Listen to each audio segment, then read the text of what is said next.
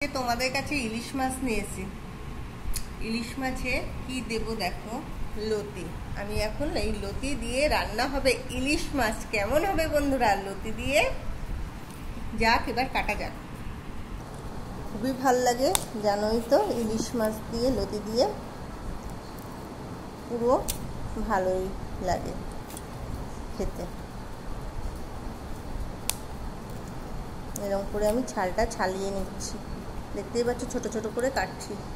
আমি এক এক করে লতি দেখো কেমন সাইজ করেছি, দেখতেই পাচ্ছ লম্বা লম্বা করে কেটেছি লতি। এবার চলো রান্নাঘরে।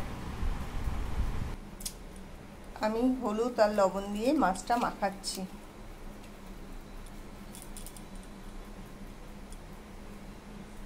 সরষের তেল আমার গরম হয়ে গেছে। বাঙালি ইলিশ সবাই জানো।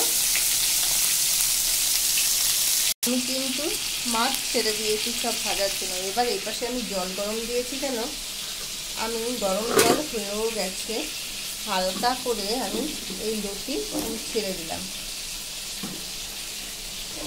একটু হালকা গরম জল করে নেব, তাই জন্য টকবক করে জল ফুটছে। এবার আমি লতিটা নামিয়ে দেবো। আর সেই ইলিশ মাছটা ভাজাও হয়ে গেছে, এটাও নামিয়ে দেবো। আমি ইলিশ মাছ নামিয়ে দিয়েছি। এবার দেবো কি রাঁধুনি, একটু জিরে আর ধারি ধারি লঙ্কা নিয়েছি, দেখতেই পাচ্ছ। দেখো সেই তেল রয়েছে, সরষের তেল, আমি সেই দিয়ে দিলাম সম্বরা, রাঁধুনি আর জিরা।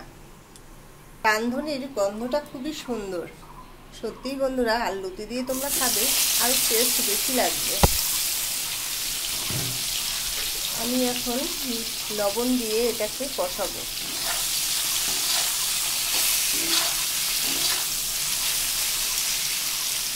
আর সেই ঝালি লঙ্কা আমি ছেড়ে দিলাম।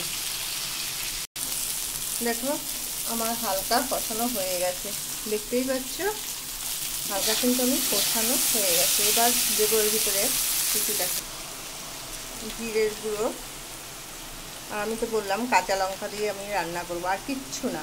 এবার আবার কষাবো। এবার আমি লাস্টে আমি হলুদ ছেড়ে দিলাম, আবার আমি কষাবো।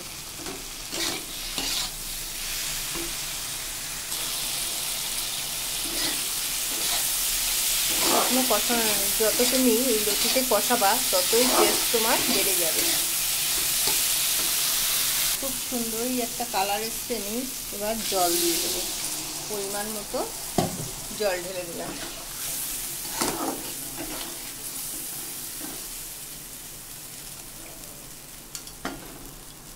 আমি হালকা পাতলা রান্নাই করছি, আমি জল দিয়ে দিয়েছি। এবার মাছ ছেড়ে দেবো। দেখো আমি এখন মাছ ছেড়ে দেবো। আগে মাথাটাই দিই, এক এক করে আমি সব মাছ ছেড়ে দেবো। আমি কিন্তু মাছ ছেড়ে দিয়েছি, এবার আর একটু ফুটবে। আমার ইলিশ মাছের পাতলা ঝোল রেডি হয়ে গেছে, দেখতেই পাচ্ছ বন্ধুরা। এবার নামানোর পালা। কেমন হয়েছে রাঁধুনি সম্বরা দিয়ে লতি দিয়ে ফাটাফাটি ইলিশ মাছের ঝোল। তোমরা যদি এরকম করে রান্না করে খাও সত্যি সুন্দর হবে। হালকা পাতলা লতি দিয়ে রাঁধুনি সম্বরা দিয়ে। টাটা বন্ধুরা, আর কি বলবো, প্রতিদিন যা বলছি সেটাই হবে। ভাল লাগলে লাইক শেয়ার করো। নমস্কার।